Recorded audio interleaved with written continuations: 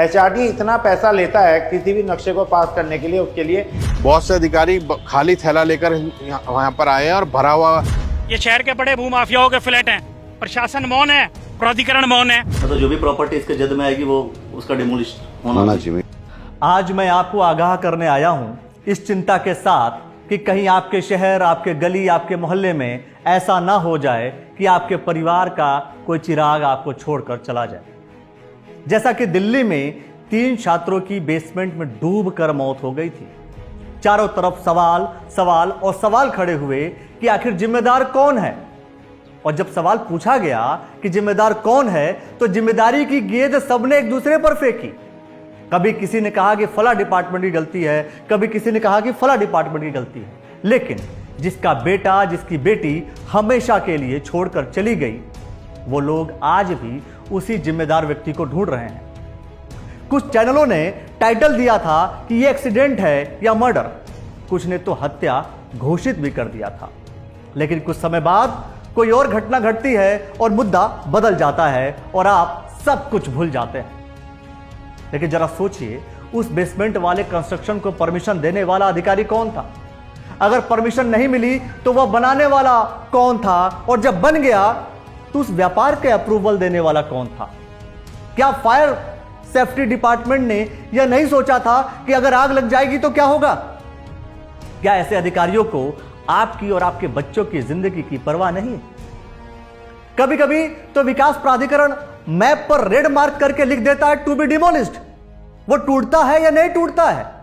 टूट गया मतलब डिपार्टमेंट सख्त है, और नहीं टूटा तो दाल में कुछ काला है या तो पूरी दाल ही काली है। दिल्ली का तो आपने देख लिया। अब आप सोचिए कि क्या आपका शहर सुरक्षित है? और इन्हीं सब कार्यप्रणाली की रुड़की हरिद्वार में देखरेख करने वाला डिपार्टमेंट कौन सा है? अरे नाम तो सुना होगा, क्योंकि उस डिपार्टमेंट से पाला तो सबका पड़ता है। क्योंकि हर कोई अपने जीवन में एक घर बनाने की कोशिश तो जरूर करता है। जी हां, आपने बिल्कुल सही सोचा। HRDA यानी कि हरिद्वार रुड़की डेवलपमेंट अथॉरिटी, मतलब हरिद्वार रुड़की विकास प्राधिकरण। तो क्या है HRDA? करता क्या है HRDA? आखिर उद्देश्य क्या है HRDA का? आइए इसी की वेबसाइट से जान लेते हैं और आपको बताते हैं कि HRDA किस ऑब्जेक्टिव को लेकर के काम करता है। तो यह है HRDA की वो वेबसाइट जिस पे HRDA कंसर्न है।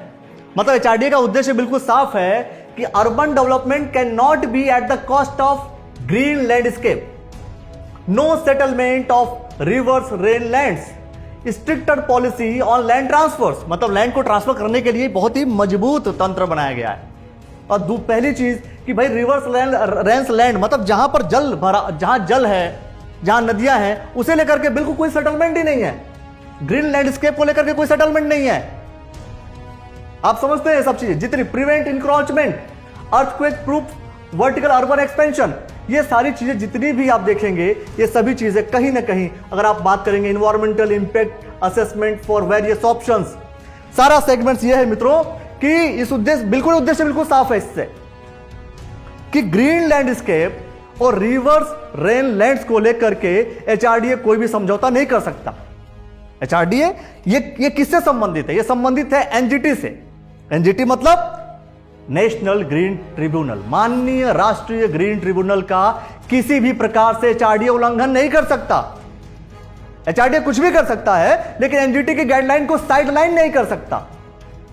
आपको याद होगा जब रुड़की के रपटे की बात हो रही थी तो निवर्तमान मेयर गौरव गोयल ने अपने सोशल मीडिया पोस्ट पर 19 जुलाई 2024 को लिखा था कि आपसे विनम्र आग्रह है कि कृपया नदी से 200 मीटर तक कोई भी भूमि संपत्ति ना खरीदें।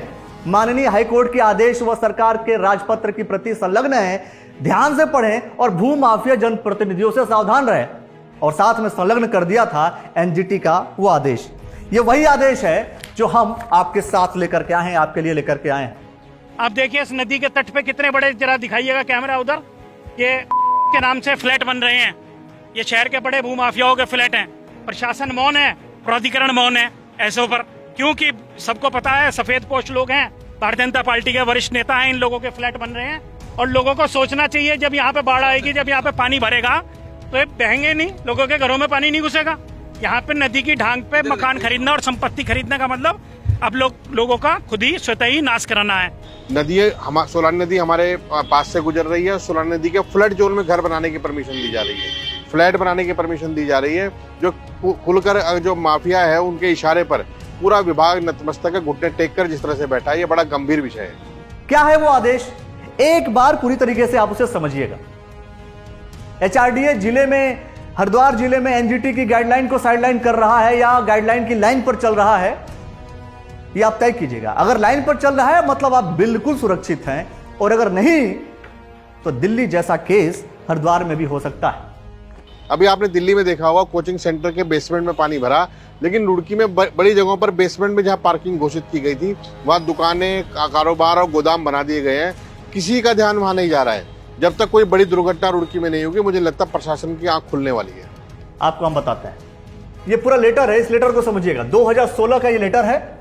विषय है कि माननीय राष्ट्रीय ग्रीन ट्रिब्यूनल द्वारा पारित आदेशों के क्रम में मैदानी क्षेत्रों में गंगा एवं इसकी सहायक नदियों के किनारे अपेक्षित रेगुलेशन पॉलिसी, निर्माण कार्य हेतु गाइडलाइंस एवं बाइलॉज निर्गत किए जाने विषयक। मतलब गंगा नदी और गंगा नदी की जो सहायक नदियां हैं उसके आसपास किसी भी तरीके का अगर आप डेवलपमेंट करते हैं, कंस्ट्रक्शन करते हैं, तो उसे लेकर के ये पूरा गाइडलाइन है।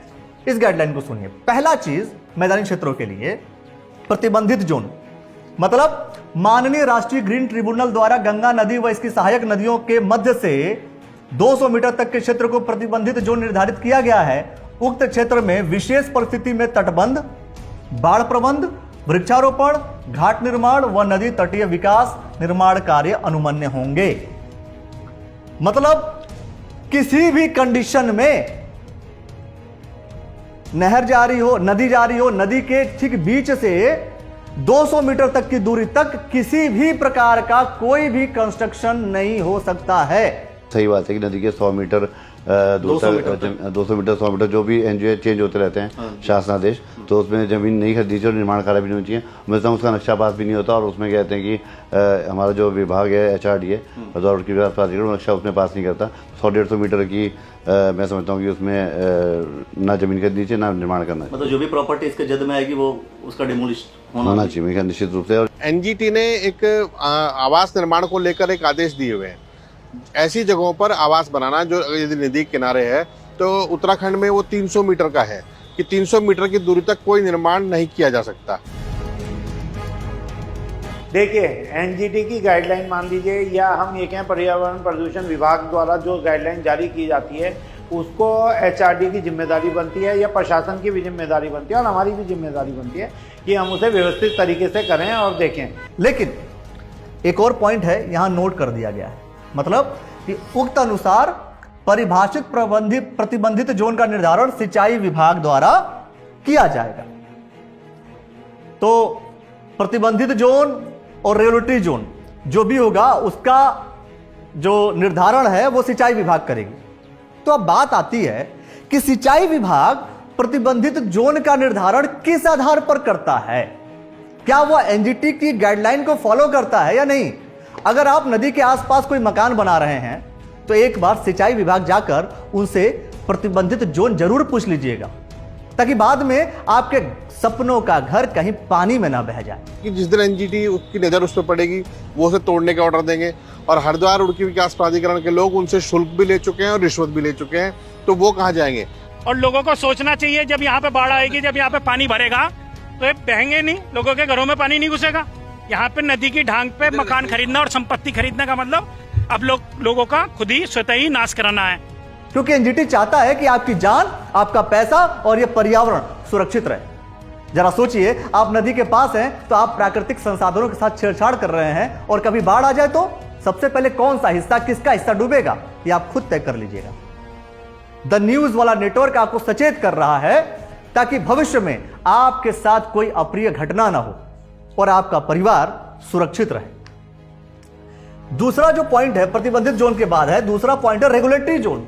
रेगुलेटरी जोन का क्या है ऑब्जेक्टिव? वो ये कहते हैं कि माननीय राष्ट्रीय ग्रीन ट्रिब्यूनल द्वारा गंगा नदी व इसकी सहायक नदियों के मध्य से 200 मीटर से अग्रतर 300 मीटर तक, मतलब मान लीजिए कोई सहायक नदी है तो यहां से मध्य से अगर हम 200 मीटर हम मान लेते हैं तो यहां से आगे 300 मीटर तक ये बोल रहे हैं। यहां तक के लिए इस जोन को रेगुलेटरी जोन निर्धारित किया गया है। मतलब साफ है, उसमें क्या है नियम कि नदी के तट से 30 मीटर तक का क्षेत्र अथवा ऐसे क्षेत्र जो 25 साल तक के अंतराल के आधार पर फ्लड लेवल आधार पर flood up to 25 years frequency बाढ़ प्रभावित हो में से जो भी अधिक हो में किसी भी प्रकार का निर्माण अनुमन्य नहीं होगा, माना नहीं जाएगा। और रेगुलेटरी जोन किसके लिए, ये भी देखिए, रेगुलेटरी जोन वृक्षारोपण, पार्क, मैदान, कृषि आदि तट संबंधी गतिविधियों हेतु आरक्षित रहेगा। मतलब वृक्षारोपण कर सकते हैं, पार्क बना सकते हैं, मैदान बना सकते हैं, कृषि संबंधित काम कर सकते हैं रेगुलेटरी जोन में, और कुछ नहीं कर सकते हैं। लेकिन एक और पॉइंट, इसके अतिरिक्त समय समय पर आहूत होने वाले धार्मिक मेलों हेतु अस्थायी निर्माण इस प्रतिबंध के साथ अनुमन्य होंगे कि मतलब कि जो समय समय पर जो भी धार्मिक मेला होता है उस मेले के अंतर्गत कुछ काम कर सकते हैं, लेकिन उसमें भी कंडीशन है। धार्मिक की बात की गई है और किसी चीज की बात नहीं की गई है, ये बात आप नोट कीजिएगा। अनुमन्य होंगे कि उक्त गतिविधियों द्वारा उत्सर्जित होने वाला जल, मल व ठोस अपशिष्ट का पूर्णतः समुचित प्रबंधन माननीय राष्ट्रीय ग्रीन ट्रिब्यूनल द्वारा दिए गए निर्देशानुसार होगा तथा उक्त का परीक्षण उत्तराखंड पेयजल विभाग से किया जाएगा। ये सारे पॉइंट्स इन्होंने इस एनजीटी की इस गाइडलाइन में दे दिया गया है। उसमें भी बता दिया गया है प्रतिबंधित में कि भाई एक कुछ और अनुमन्य हो सकता है, मान लो किसी और विशेष परिस्थिति में वो क्या हो सकता है कि आप मठ, आश्रम और मंदिर का निर्माण कर सकते हैं, उसमें भी प्रतिबंध लगा दिया गया है। उसमें भी अधिकतम भवन की ऊंचाई जो है वो 7.5 मीटर तक की गई है, उससे अधिक नहीं हो सकता है। अब आप आगे चलेंगे तो एक रिट आई थी, एक रिट पड़ी थी। अब इसमें जो पॉइंट आया वो मैं आपको सुनाता हूं, जिसमें साफ तौर पर मेंशन किया गया कि this court has passed the following order. एक ऑर्डर पास कर दिया गया, वो क्या है? The state of Uttarakhand through its chief secretary is directed to ensure that henceforth no construction of permanent nature is permitted within 200 meters from the bank of any flowing river of the state. From the bank of, point note कीजिए, अभी तक तो मैं mid से बोल रहा था, but यहां पर क्या हो रहा है, यहां पर जो समझाया जा रहा है वो ये है कि it is directed that to ensure, क्या है कि no construction of permanent nature is permitted. Permanent nature, no construction of permanent nature is permitted within 200 meters from the bank of any flowing river of the state. कोई भी नदी के किनारे से 200 metre तक कोई भी परमानेंट नेचर का कंस्ट्रक्शन नहीं कर सकते। इट इज द सेकेंड, और इसका जो अप्रूवल है अगर आप देखेंगे तो इसे आप देखिए, इस अप्रूवल को आपको दिखाता हूं जो कि ये 2018 में पास हुआ। ये बहुत गंभीर मामला है और एनजीटी ने बिल्कुल स्पष्ट रूप से लिखा है कि फ्लड जोन से 300 मीटर की दूरी तक किसी भी आवासीय निर्माण को रोक दिया जाए। हमारा जो विभाग है HRDA हरिद्वार की विकास प्राधिकरण नक्शा उसमें पास नहीं करता। 100-150 मीटर की मैं समझता हूँ कि उसमें ना जमीन खरीदनी चाहिए ना निर्माण करना है। और आपको ध्यान होगा कि एक PIL पड़ी जो कि 206 ऑफ 2023, इसमें अभी जस्ट इसके पास की बात है जो रतमऊ नदी की बात है। देखिए रतमऊ नदी के पास है, जिसमें अभी फिलहाल ये मेंशन किया गया है कि no construction activity shall be permitted within 100 metres parameters on the bank of Ratmau नदी नियर मौजा फिरोजपुर तहसील रुड़की। तो अब फिर से मैं जाता हूं उसी डिपार्टमेंट के पास, जी हाँ, सिंचाई विभाग के पास, कि सिंचाई विभाग के नियम क्या हैं, कौन कौन से नदी किस जगह पर प्रतिबंधित जोन है उनके लिए। ये सिंचाई विभाग अगर सबके समक्ष ला करके रख देगा तो और ज्यादा बेहतर होगा। हमने बात करने की कोशिश की, बात नहीं हो पाई, लेकिन हम उन अधिकारियों से बात जरूर करेंगे और आपको सटीक और सही जानकारी पूरी देने की कोशिश करेंगे, ताकि आप उन फैसलों से डिसाइड कर सकें कि कहां पर और किस तरीके का घर आपको बनाना है। क्योंकि बहुत मेहनत से आप कोई घर बनाते हैं, बहुत समय लगता है, लेकिन सवाल तो फिर वही आ जाता है दोस्तों कि फिर जो भी कंस्ट्रक्शन हो रहे हैं, despite of all these things, उसकी जिम्मेदारी किसकी है, कौन जिम्मेदार है?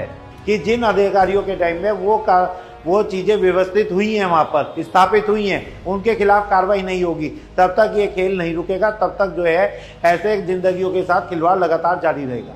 जब बारिश आती है तो हम लोग खुश होने के बजाय घबराते हैं कि पानी हमारे घर में ना घुस जाए। तो ये जो दो चीजें, जो चिंताएं हैं, जो एक सामान्य शहरी और सामान्य नागरिक होने की, और नगर निगम और प्रशासन की, और हरिद्वार रुड़की विकास प्राधिकरण ने तो इतनी अंधी मचा रखी है कि वास्तव में भ्रष्टाचार चरम पर है, और लेकिन इस ओर जो ध्यान दिया जाना है वो नहीं है। आपने अपनी जान से खेलने का अधिकार किसे दिया है और किसे दे रहे हैं, ये आप खुद तय कर लीजिए।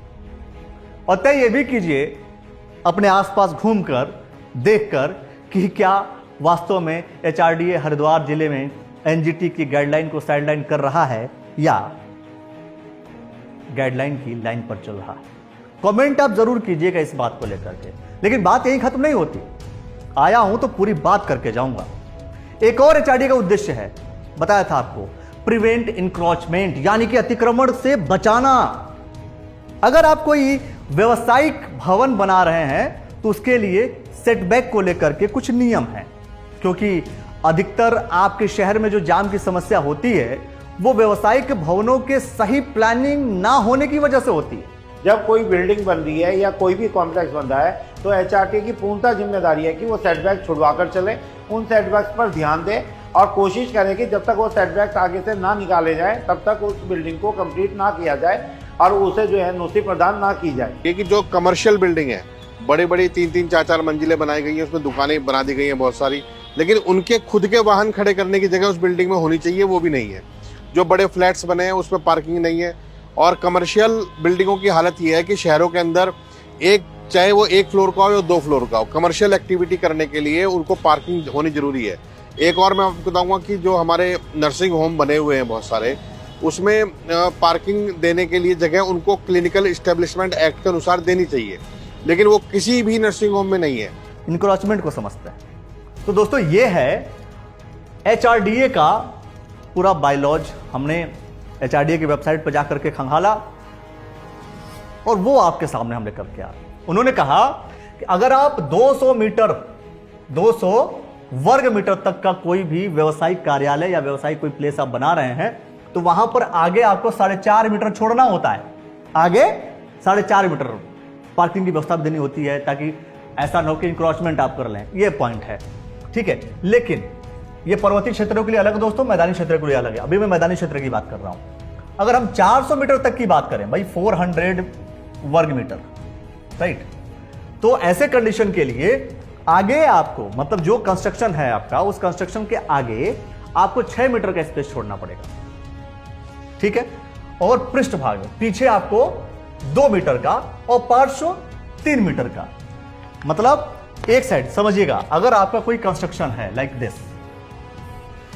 तो अकॉर्डिंग टू द रूल 400 वर्ग मीटर तक का आपके पास पूरा मान लो स्पेस है, तो आपको आगे इतना एरिया आपको छोड़ना पड़ेगा। मान लीजिए कितना है ये, अगर आप ये मान लेते, मैंने बोला आपको कि ये जो नियम के अनुसार ये 6 मीटर आपको छोड़ना पड़ेगा, और पीछे आपको छोड़ना पड़ेगा कितना, 2 मीटर।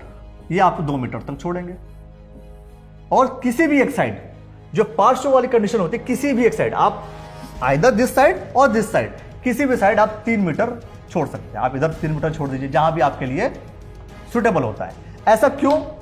ऐसा इसलिए ताकि अगर बाय द वे यहां पर कोई अनहोनी घटती है तो एचआरडीए ऐसा कहता है कि अगर कोई अनहोनी घटती है या कोई भी ऐसा होता है तो यहां पर गाड़ियां जा सकें, लोगों को जाकर के बचाया जा सके। फायर सेफ्टी इश्यूज होते हैं, कभी कोई इमरजेंसी इश्यूज होते हैं, तो इन सभी विषयों को ध्यान में रखते हुए ये सारे नियम कानून बनाए गए हैं। निर्माण के जो दायरे होते हैं, निर्माण का जो नक्शा होता है, उसमें बाकायदा उल्लंघन किया गया है। नक्शा पास होने वक्त ही कंपाउंडिंग करने की बात की जाती है, और कंपाउंडिंग करने के बाद कंप्लीशन सर्टिफिकेट जो होता है वो आज तक किसी बिल्डिंग का लिया ही नहीं गया है। ये साफ साफ दर्शाता है कि विभाग पूरी तरह से भ्रष्टाचार में लिप्त है। हमें उनके चालान काटने चाहिए जिन्होंने कॉम्प्लेक्सेस बनाए हैं और उसके बाद उन्होंने सेटबैक नहीं छोड़े, उन्होंने जो है पार्किंग की व्यवस्था नहीं दी। अगर एचआरडीए जिस ऑब्जेक्टिव के साथ चल रहा है कि भाई हम इस क्लॉज के तहत काम करेंगे, तो आखिर उस क्लॉज के तहत काम क्यों नहीं हो रहा है? फिर ये जो तस्वीरें आप देख रहे हैं तो सोचिए, क्या बिना पार्किंग के HRDA नक्शा पास करता है? आखिर इन व्यवसायिक भवनों की पार्किंग कहां है? यदि कभी कोई दुर्घटना हो जाए तो इमरजेंसी गेट कहां है? और जब अतिक्रमण होता है तो अतिक्रमण से जलभराव भी होता है और जाम भी लगता है, सड़कों की चौड़ाई भी घटने लगती है। अगर आप यह महसूस कर रहे हैं कि यह बात सच है तो मैं पूछना चाहता हूं कि क्या यह सब HRDA के देख रेख में हो रहा है या HRDA नहीं देख रहा है? अगर HRDA नहीं देख रहा है, हु इज रिस्पॉन्सिबल? और देख रेख में हो रहा है तो कौन रिस्पॉन्सिबल है भाई? एक बात बताऊं आपको याद होगा कि शक्ति मोहल्ला रुड़की में एक दिन आग लगी थी, दमकल की गाड़ी जा रही थी और जाम की वजह से गाड़ी नहीं जा पा रही थी। ऐसी स्थितियों का जिम्मेदार कौन है और भविष्य में कौन होगा? कौन जिम्मेदार होगा उसका जब जाम की स्थिति में कोई एम्बुलेंस में अपना ही आपका कोई दम तोड़ दे? अरे जिस गली में एम्बुलेंस नहीं जा सकती है वहां विकास है या विनाश है? मान लीजिए किसी मॉल या कॉम्प्लेक्स का सेटबैक नहीं है, मान लीजिए हम कहते हैं कि आप चलो ठीक है, कभी कभी कुछ कंडीशंस होते हैं, आप नहीं बना सकते, बिल्डर्स डेवलप कर रहे हैं, उनके साथ भी कुछ इश्यूज और कंडीशनल इश्यूज हो सकते हैं, तो फिर क्या HRDA उसको एग्री करके करवाता है या एग्री नहीं होता है? What is the relation between all these things? चलो हम बाद में बात करते रहेंगे, लेकिन मैं आपको बताना चाह रहा हूं कि अगर कोई मॉल या कॉम्प्लेक्स में जा रहा है और सेटबैक नहीं छूटा वहां पे, और वहां पर आप अपने परिवार के साथ जाते हैं और वहां अचानक आग लग जाती है, फिर फायर ब्रिगेड कहां से आएगी? आपकी जान बचाएगी कैसे जब वो आप तक नहीं पहुंच सकती है? तो और सबसे बड़ी बात तो दोस्तों ये है कि ये फायर सेफ्टी सर्टिफिकेट क्या सिर्फ सर्टिफिकेट होता है या कोई मौके पर जाकर देखता भी है? मैप अप्रूवल पर फायर एनओसी होता है, लेकिन क्या कोई अधिकारी मौके पर जाकर ये नहीं देखते कि हम जिसके अप्रूवल दे रहे हैं वो उसी प्रकार उसी नॉर्म्स पर बना है या नहीं? और कितनों को प्रोजेक्ट कंप्लीशन रिपोर्ट मिलता है? कंप्लीशन सर्टिफिकेट जो होता है वो आज तक किसी बिल्डिंग का लिया ही नहीं गया है। ये साफ साफ दर्शाता है कि विभाग पूरी तरह से भ्रष्टाचार में लिप्त है। HRDA इतना पैसा लेता है किसी भी नक्शे को पास करने के लिए, उसके लिए उसका पैसा काहे में इस्तेमाल होगा? वो पैसा जो है शहर की व्यवस्थित करने के लिए होना चाहिए, लेकिन उसके पैसे की व्यवस्था कोई देखने वाला नहीं है, ना कोई जनप्रतिनिधि उसके पैसे की आवाज उठाता कि उस पैसे को शहर को विकसित करने में लगाया जाए। शासन को चाहिए कि एक मुकदमा दर्ज करे और उसमें जो दोषी हो उसके खिलाफ कार्रवाई करे, चाहे वो अधिकारी क्यों ना हो। वो भी तब जब HRDA इतने अच्छे उद्देश्यों के साथ चल रहा है। There are so many objectives, वो ऑब्जेक्टिव्स हमने दिखाए भी आपको, तो HRDA जाकर देखता नहीं है क्या? और जबकि मैंने तो कईयों से सुना है कि HRDA वाले आए थे, बीच में कुछ बोलते हैं और चले गए। तो क्या करने आते हैं? आकर क्या देखते हैं? किस आधार पर रिपोर्ट बनाते हैं? बहुत से अधिकारी खाली थैला लेकर यहाँ पर आए हैं और भरा हुआ पैसा बैग लेकर यहाँ से निकले हैं। वो बैग केवल भ्रष्टाचार का इस तरह का ही है। लेकिन सबसे बड़ी बात है ना कि यदि एक अधिकारी एक विभाग भ्रष्टाचार कर रहा है तो दूसरा तो आंखें खोल ले। वास्तव में सबने ही एक साथ आंख मूंद ली है। पूरे हरिद्वार जनपद में कई ऐसे भवन है दोस्तों जो कागजों में टूट गए हैं, लेकिन धरातल पर नहीं। और ये मेरी बात आपको सोचने के लिए विवश कर देगी कि ऐसे भवनों को भोले भाले लोग अपने पूरे जीवन की जमा पूंजी लगाकर खरीदते हैं। पूरी मेहनत की कमाई होती है, टैक्स भर भर के किसी भवन को खरीदते हैं और अचानक एक आदेश आ जाता है जिस बिल्डिंग को आपने खरीदा है अब वो टूटने वाली है। सोचिए उस वक्त कैसा होता होगा मंजर पूरे परिवार का। क्या उस परिवार के लोग कभी रोटी भी शाम को खा पाते होंगे? आटा गुथता होगा, रोटी बनती होगी, लेकिन निवाला हलक तक जाता नहीं होगा। क्यों? क्योंकि उसके पूरे परिवार की जमा पूंजी मात्र एक छोटी सी गलती की वजह से टूट गया, ध्वस्त हो गया। पूरे जीवन भर आप भागते हैं कि आप अपने परिवार के लिए एक घर बना सकें, पूरी व्यवस्था डेवलप कर सकें, लेकिन वो नहीं हो पाता। अगर डिपार्टमेंट्स को यह लगता है कि फला व्यक्ति ने खराब कंस्ट्रक्शन किया है या कर रहा है, तो भाई पहले ही तोड़वा दो, पहले ही ठीक करवा दो, ताकि भविष्य में आप तोड़ेंगे तो ये पैसा किसका बर्बाद होगा? एक एक व्यक्ति का, आपके एक एक व्यक्ति का अगर पैसा बर्बाद हो रहा है तो क्या यह देश की हानि नहीं है? ये करोड़ रुपए जो टूटते हैं बनने के बाद, यह देश की हानि नहीं है? ये देश की आर्थिक स्थिति को कमजोर करने का काम नहीं है? अरे आपने मेहनत किया, आपने बनाया, आपने मेहनत किया, आपने बनाया, आपने बिल्डिंग बनाई और फिर आप तोड़ रहे हैं। या तो एक ही सिस्टम से चलिए और या तो पब्लिक जैसा कर रही है उसी सिस्टम को आप अपना सिस्टम बना लीजिए।